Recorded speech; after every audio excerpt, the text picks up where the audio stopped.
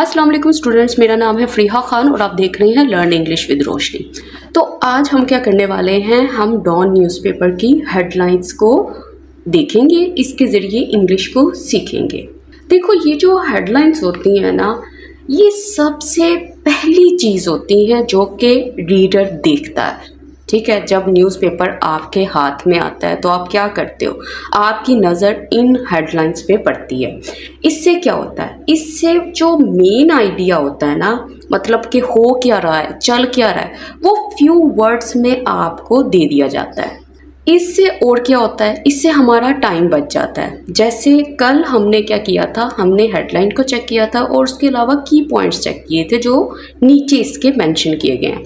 तो वो जो पॉइंट्स थे उसके अंदर उसने सारा इंसिडेंट जो है वो मेंशन कर दिया हुआ था। उसके बाद वो रीडर के ऊपर छोड़ देता है कि अब आपकी मर्ज़ी है, आपने ये सब रीड करना है तो करते जाएं। लेकिन ये जो हेडलाइंस होती हैं ये बहुत इम्पोर्टेंट होती हैं, ये इंटरेस्ट को क्रिएट करती हैं, ये आपको पूरा आर्टिकल पढ़ने पे मजबूर करती हैं। जो वोकैब इसके अंदर यूज़ की होती है ना, उससे आपको इसकी टोन का अंदाज़ा होता है, आपको पता चल जाता है कि ये न्यूज़ किस चीज़ के बारे में है। आपको वो फीलिंग पता चल जाती है, आपको पता चल जाता है अच्छा ये टू कंट्रीज़ के दरमियान में कुछ हो रहा है, उससे रिलेटेड है। सिर्फ अगर आप उसकी वोकैब को देखो, उसके वर्ड चॉइस को देखो, उसके सिलेक्शन ऑफ वर्ड्स को देखो ना, तो आपको ये चीज़ें क्लियर हो जाती हैं। जब आप उससे आगे जाते हो, दूसरी हेडलाइंस रीड करते हो, तो आपको वहाँ पे वो कैब मिलती है जो कि स्पोर्ट्स से रिलेटेड होती है। आपको अंदाज़ा हो जाता है कि ये सारा आर्टिकल जो है ये इन चीज़ों से रिलेटेड है। बस आप ये समझ लो कि अगर आपने हेडलाइन आपको पढ़नी आ गई ना, तो आप ये समझो कि आपको 50% ये जो आर्टिकल है वो समझ आ गया, बस बात खत्म। अच्छा, पहले इसकी हेडलाइन चेक करो। वो कह रहा है कि Islamabad turns the tables on new Delhi as de escalation efforts reach fever pitch. ये है इसकी हेडलाइन। तो देखो, इसको स्टार्ट करने से पहले मैं आप सबसे रिक्वेस्ट करूंगी कि पेन पेपर या कुछ इस तरह से लेकर बैठा करें, कोई डायरी वगैरह, ताकि ये चीज़ें आप साथ साथ नोट करते जाया करें। ये चीज़ें बहुत काम आएंगी आपको।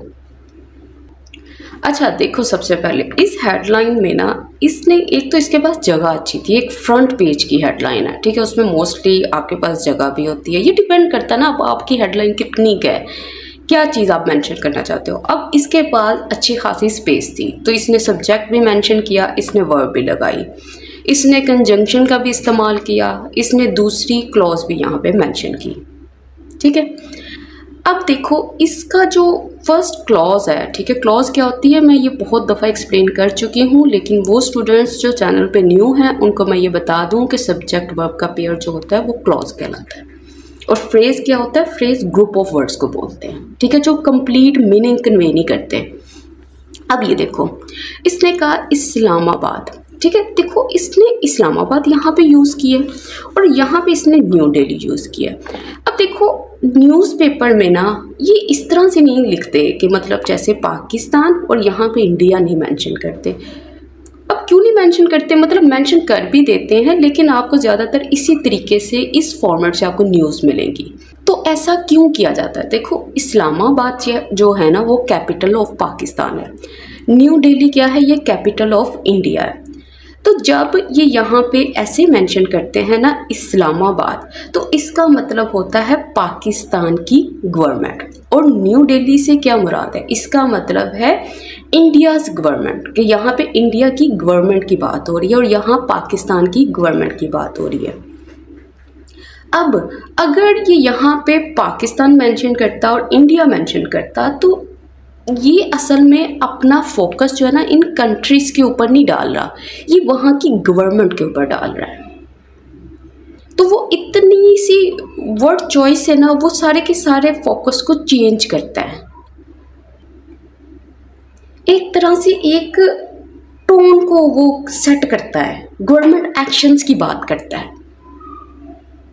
अब देखो इसने यूज़ किया Islamabad turns the tables on new Delhi. देखो अब ये जो फ्रेज़ है ना टर्न द टेबल्स, ये क्या चीज़ होती है, देखो टर्न का मतलब होता है चेंज कर देना, किसी चीज़ की डायरेक्शन को बदल देना। और ये जो टेबल चीज़ है ना, देखो ये टेबल फर्नीचर की बात नहीं कर रहा, ये बात कर रहा है पहले टाइम्स में जो गेम्स खेली जाती थी, जैसे चेस हो गया, कार्ड्स हो गई। तो टर्न द टेबल्स जब होती थी ना, तो इसका मतलब है कि जो सिचुएशन है वो मुकम्मल तौर पर तब्दील हो गई है। ठीक है, मतलब जो पर्सन पहले लूज़ कर रहा था अब वो विनिंग पोजीशन पे आ गया है। और अब यहाँ पे इसका मतलब क्या है? इसका मतलब है कि जो इस्लामाबाद है अब इसके हाथ में सब कुछ है। अब इसके हाथ में है कि वो बदला लेता है कि नहीं लेता है। तो ये होता है टर्न्स द टेबल्स। और Islamabad turns the tables on किस पे किया है? न्यू दिल्ली पे किया, मतलब इंडिया पे, मतलब इंडियन गवर्नमेंट की बात कर रहा है। उसके बाद इसने यूज़ किया एज। देखो एज का मतलब होता है बिकॉज या एट द सेम टाइम। ये वीक फॉर्म होती है बिकॉज की। अब इसमें कह रहा है D escalation efforts reach fever pitch. तो वो ये बात यहाँ पे रख रहा है कि Islamabad turns the tables on new Delhi, मतलब इस्लामाबाद को अपर हैंड मिल गया है न्यू दिल्ली पे। और जो डी एस्केलेशन एफर्ट्स हैं कि मतलब इसी दौरान जो डी एस्केलेशन एफर्ट्स हैं तनाव को कम करने की, टेंशन को कम करने की, वो अपनी फुल लिमिट पर पहुंच गई हैं। और यहाँ आप ये समझ लो कि वो और ज़्यादा तेज़ हो गई हैं, फुल स्पीड से हो रही हैं। अच्छा, अब हम चेक करते हैं ये एस्केलेशन क्या होता है, डी एस्केलेशन क्या होता है। देखो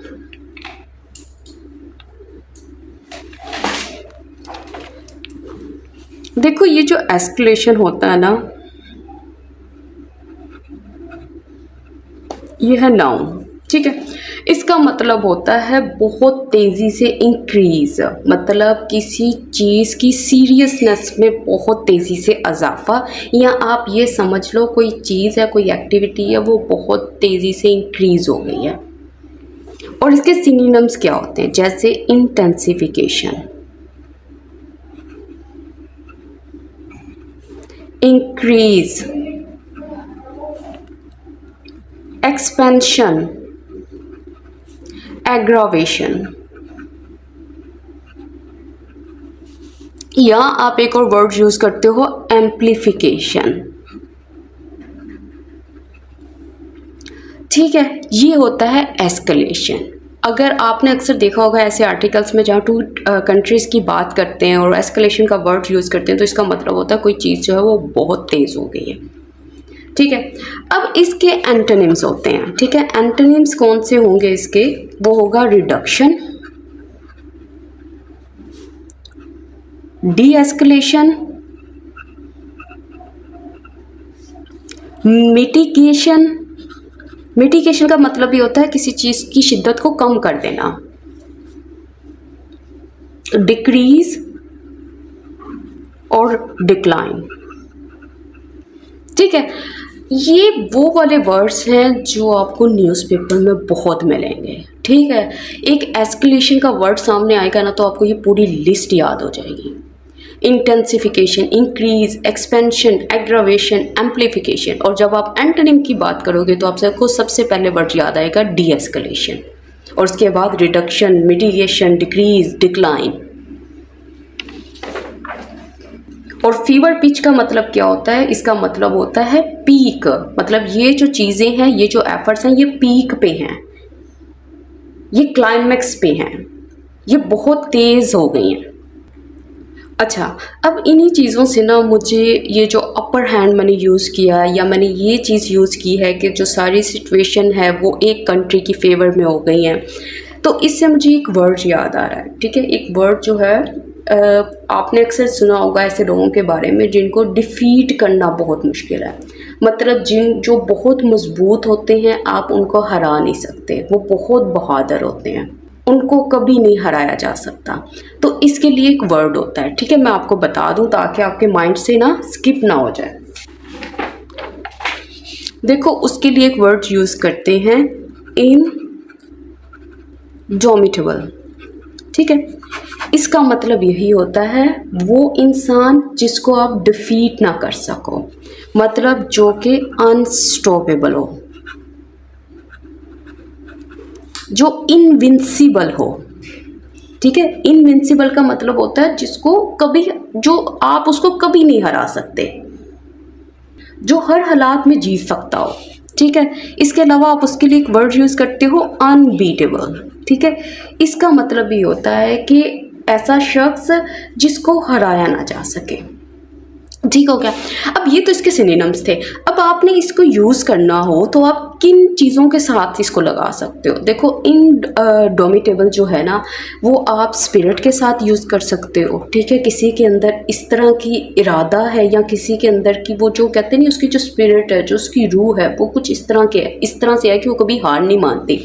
आप किसी की विल को यूज़ कह सकते हो, आप किसी की करेज को बोल सकते हो, आप किसी की डिटर्मिनेशन को बोल सकते हो, ठीक है। इनके साथ आप इसको लगा सकते हो, ठीक है। बहुत खूबसूरत वर्ड है, इसको भी आप नोट कर लें। अच्छा, अब उसके बाद नेक्स्ट हेडलाइन है एक, ये हेडलाइन क्या है, इसमें कह रहा है पाकिस्तान वॉज, कि पाकिस्तान जो है वो प्लेज करता है, वो ये समझ लो वो वादा करता है या कसम खाता है कि रिवेंज, वो बदला लेगा। अच्छा, किसके बाद कहता, after Indian miss adventure, India की इस गलती के बाद या इंडिया की इस गलत हरकत के बाद। अच्छा देखो, ये हमारा सब्जेक्ट है, ये इसकी वर्ब है। अब आप क्वेश्चन करोगे कि इसने यहाँ पे पाकिस्तान यूज़ किया है, यहाँ इसने इस्लामाबाद यूज़ किया। देखो इसमें कोई वो नहीं है कि आपने इस्लामाबाद ही लगाना है, capital of Pakistan he use करना है। मैंने सिर्फ आपको बताया कि जब वो इस तरह से बनाता है हेडलाइंस, वो सिर्फ फोकस को थोड़ा चेंज कर देता है, वो गवर्नमेंट्स की तरफ ले आता है। अब यहाँ पे वो बात कर रहा है कि Pakistan was revenge after Indian miss adventure. देखो ये हमारा सब्जेक्ट हो गया, ये इसकी वर्ब हो गई। वॉज का मतलब क्या होता है, इसका मतलब होता है प्रॉमिस करना या प्लेज करना, ठीक है। इनका मतलब होता है वादा करना, कसम खाना। और रिवेंज का मतलब क्या होता है, बदला लेना। अच्छा, उसके बाद इसने यूज़ किया है वर्ड मिस एडवेंचर। देखो मिस जो प्रीफिक्स है ना, इसका मतलब क्या होता है, इसका मतलब होता है रोंग, ठीक है, बैड। कि इंडिया का जो मिस एडवेंचर था, मतलब इंडिया का जो रोंग डिसीजन था या उसकी जो गलती थी। देखो बहुत से स्टूडेंट्स बोलते हो कि इसका पार्ट ऑफ स्पीच भी मेंशन कर दिया करें। देखो पाकिस्तान नाउन है, अब नाउन के आगे अब जाओगे तो आपको पता चलेगा ये प्रॉपर नाउन है, ये हमारी वर्ब है, ठीक है। अब उसने वो क्या किया, ये इसका ऑब्जेक्ट है कि उसने रिवेंज को किया। आफ्टर हमारी प्रपोजिशन है, मिस एडवेंचर प्रपोजिशन का ऑब्जेक्ट है। इंडियन यहाँ पे क्या है, ये एडजेक्टिव का काम कर रहा है कि कौन सा मिस एडवेंचर था, उसने कहा ये वाला था। तो इस तरह से ये सारा डिज़ाइन हुई है हेडलाइन। अच्छा, अब देखो रिवेंज से मिलते जुलते ना कुछ वर्ड्स होते हैं, जैसे रिवेंज हो गया, वेंजिनेंस हो गया। देखो इनको ना मैं आपको बता देती हूँ एक साथ ही, ठीक है। मैंने सारे कलेक्ट किए हैं और मैं सारे आपको एक्सप्लेन कर देती हूँ, क्योंकि किसी जगह पे आपको रिवेंज नज़र आएगा, किसी जगह पे आपको कोई और वर्ड नज़र आएगा, तो वो देखते हैं। देखो एक होता है रिवेंज। अच्छा, मेरी हैंड राइटिंग जो है वो बहुत गंदी है, ठीक है, बहुत मुश्किल से समझ आती है। तो अगर आपको भी दिक्कत होती है इसको रीड करने में, तो आप तो साथ साथ सुन भी रहे हो ना, तो आप कोशिश किया करें उसको वहीं पे समझ लिया करें, क्योंकि इस तरह अगर शायद आप स्क्रीनशॉट लें और बाद में आपसे पढ़ा ना जाए तो फिर प्रॉब्लम हो सकती है। देखो रिवेंज जो होता है ना, ये नाउन भी होगा और ये वर्ब भी होगी, ठीक है। ये बदला भी इसको बोलोगे आप, या बदला लेना भी बोलोगे, ठीक है। जब बदला लेने की बात करोगे आप वर्ब समझ लो इसको। देखो एक होता है वेंजिनेंस, ये होता है नाउन, ठीक है। इसका मतलब होता है इंतकाम, बदला। इसके अलावा एक होता है रिटेलिएशन, ये वर्ड आपको बहुत नज़र आएगा, ठीक है। ये होता है नाउन, इसका मतलब भी होता है बदला। इससे बनता है रिटेलिएट, जो कि होती है वर्ब, और इसका मतलब होता है बदला लेना। और एक होता है रेट्रीब्यूशन, ठीक है। ये होता है नाउन और इसका मतलब क्या होता है, किसी को सज़ा देना, मतलब बदला ले रहे हो लेकिन उसको सज़ा दे रहे हो, तो ये होता है रेट्रीब्यूशन। तो तो अब आप खुद देखो, मैंने इनको याद नहीं किया, ठीक है, लेकिन मैंने इनको इतना देखा है न्यूज़ आर्टिकल्स में कि मुझे ये सारे वैसे ही माइंड में बैठे हुए हैं कि ये होता है रिवेंज, ये वेंजिनेस होता है, रिटेलिएशन होता है, रिटेलिएट होता है, रेट्रीब्यूशन होता है, और भी बहुत सारे हैं। लेकिन अब मैंने कहा था जैसे जैसे हमारी वीडियोस और ज़्यादा आती जाएंगी तो मैं इन वीडियोस का लेवल और ज़्यादा ऊपर लेके जाती जाऊँगी। तो चलें अब नेक्स्ट हेडलाइन की तरफ जाते हैं। अच्छा, अब ये हमारी नेक्स्ट हेडलाइन है, ठीक है। इसमें वो बात क्या कह रहा है। अच्छा, अब देखिएगा, इसमें ना इसने थोड़ी चीज़ों को मेंशन यहाँ पे नहीं किया। आप ये समझ लो उसको लगा था मेरी जगह कम है तो मैं ऐसे वर्ड्स को निकाल देता हूँ, इसके बगैर भी मेरा मीनिंग कन्वे हो जाएगा। जैसे उसने कहा रोलिंग, अब यहाँ पे वो एंड भी लगा सकता था लेकिन उसने नहीं लगाया। उसका मतलब था मेरा मीनिंग जा रहा है तो जाने दो। कहता है ये जो रूलिंग है, देखो रूलिंग किसको बोलते हैं, उस गवर्नमेंट को बोलते हैं जो पावर में है।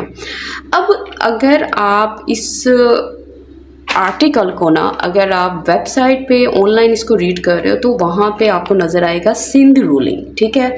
ये बात कर रहा होगा कि उस जगह की जहाँ पे सिंध जो है, मतलब सिंध की जो गवर्नमेंट है वो पावर में है, ठीक है। अब यहाँ पे इसने यहाँ पे मेंशन नहीं किया, हो सकता है उसने खुद स्किप कर दिया हो या कोई और बात हो। तो रूलिंग का मतलब आप ये समझ लो कि उस गवर्नमेंट की बात कर रहा है जो कि पावर में हो, ठीक है। ओपोजिशन का मतलब क्या है, इसका मतलब है ओपोजिशन पार्टीज का मतलब होता है दूसरे पॉलिटिकल ग्रुप्स जो कि पावर में नहीं है या जो एक दूसरे के खिलाफ हैं, ये समझ लो। डिस्प्ले कहता है इन्होंने डिस्प्ले किया, इन्होंने शो किया, इन्होंने प्रेजेंट किया रियल यूनिटी, ऐसी यूनिटी को जो बहुत ही मतलब आप ऐसे समझ लो जो कभी आपको दिखाई नहीं देती, जो कि बहुत ही अनकॉमन है। और यूनिटी का मतलब क्या है, इसका मतलब होता है एकता, एक दूसरे के साथ इकट्ठे हो जाना।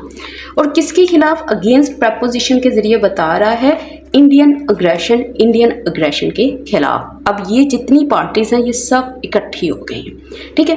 अब देखो ये अगर लिखना चाहता ना तो ये इस तरह से लिख सकता था, ruling and opposition parties display real unity against Indian aggression. अब इसने किस चीज़ को स्किप किया, यहाँ पे सिर्फ एंड को यहाँ पे इसने स्किप कर दिया, तो कोई इश्यू नहीं है। जब आप जैसे जैसे रीड करते जाओगे ना आपको समझ आती जाएगी कि इसमें किस चीज़ को इसने निकाला है।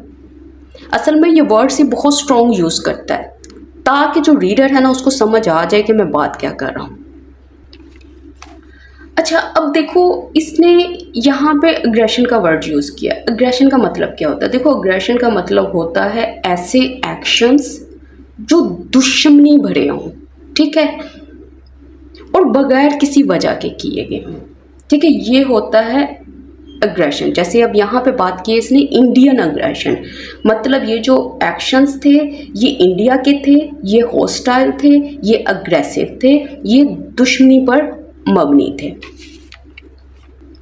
अच्छा, अब हम बात कर रहे हैं ना यहाँ पे अग्रेशन की, कॉन्फ्लिक्ट की, तो यहाँ पे इससे मिलते जुलते भी कुछ वर्ड्स हैं, ठीक है। जैसे आप उस पर्सन के लिए यूज़ क्या करते हैं, जैसे जो पर्सन बहुत ज़्यादा हॉस्टाइल हो, बहुत ज़्यादा अग्रेसिव हो, जिसका बिहेवियर ऐसा हो, जो लड़ने पे तैयार रहता हो, ये इससे मिलते जुलते कुछ वर्ड्स हैं, वो मैं आपको लिखवा देती हूँ ताकि नेक्स्ट टाइम जब आपको नज़र आए तो आपको पढ़ने में कोई मुश्किल ना हो।